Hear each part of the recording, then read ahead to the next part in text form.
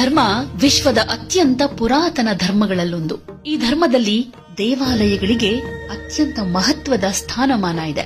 ದೇವಾಲಯ ಅನ್ನೋದು ದೇವರನ್ನ ನೆನೆಸೋ ಸ್ಥಳ ಮಾತ್ರ ಅಲ್ಲ, ಧ್ಯಾನ, ಜಪ, ತಪ, ಯಜ್ಞ, ಶ್ರದ್ಧೆ ಹಾಗೆ ಸಮುದಾಯದ ಬಾಂಧವ್ಯದ ಕೇಂದ್ರ ಬಿಂದು ಕೂಡ ಹೌದು. ಪುರಾತನ ಕಾಲದಿಂದ ಶಿವಭಕ್ತರ ಪಾಲಿಗೆ ದಕ್ಷಿಣದ ಕಾಶಿಯಾಗಿ ಪ್ರಸಿದ್ಧವಾಗಿರೋ ದೇವಸ್ಥಾನ ಅಂದ್ರೆ ಅದು ಕೊಟ್ಟಿಯೂರು ದೇವಸ್ಥಾನ. ಪ್ರಾಕೃತಿಕ ಸುಂದರತೆಗೆ ತಕ್ಕ ಹಾಗೆ ಧಾರ್ಮಿಕ ಪವಿತ್ರತೆಯೇ ಈ ಕ್ಷೇತ್ರದ ದೊಡ್ಡ ಆಕರ್ಷಣೆ ಅಂತ ಹೇಳಬಹುದು.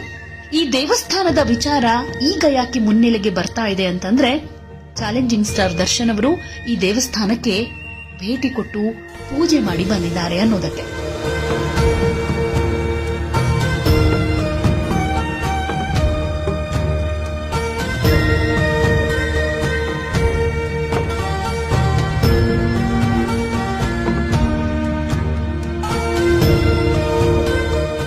ಈಗಾಗಲೇ ಅವರ ದಿ ಡೆವಿಲ್ ಚಿತ್ರದ ಮಾತಿನ ಭಾಗದ ಶೂಟಿಂಗ್ ಮುಗಿದಿದೆ.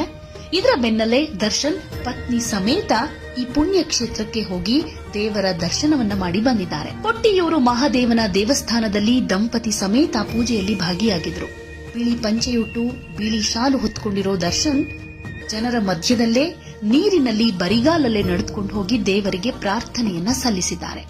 ಈ ದೇವಸ್ಥಾನಕ್ಕೆ ದರ್ಶನ್ ಯಾಕೆ ಹೋದ್ರು, ಈ ದೇವಸ್ಥಾನದ ವಿಶೇಷತೆ ಏನು, ಮಹತ್ವ ಏನು, ಇದೆಲ್ಲದರ ಬಗ್ಗೆ ತಿಳಿಯೋದಾದ್ರೆ, ಈ ಕೇರಳದ ಕೊಟ್ಟಿಯೂರು ಶಿವ ದೇವಾಲಯ ಭಾರತದ ಅತ್ಯಂತ ಪುರಾತನ ಹಾಗೂ ಪವಿತ್ರ ಕ್ಷೇತ್ರಗಳ ಪೈಕಿ ಸ್ಥಾನ ಪಡೆದುಕೊಳ್ಳುತ್ತೆ.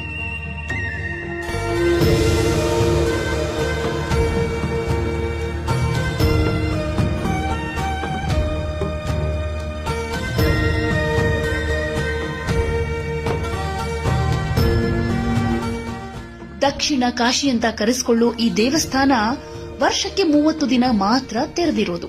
ಇದು ಶಿವ ತಪಸ್ಸು ಮಾಡಿದ ಪುಣ್ಯ ಸ್ಥಳ ಅನ್ನೋ ನಂಬಿಕೆ ಇದೆ. ಈ ದೇವಾಲಯದ ದೊಡ್ಡ ವಿಶೇಷತೆ ಅಂದ್ರೆ ಅದರ ವಾರ್ಷಿಕ ಉತ್ಸವ. ಇದನ್ನ ವೈಶಾಖ ಮಹೋತ್ಸವ ಅಂತಾನೂ ಕರೀತಾರೆ.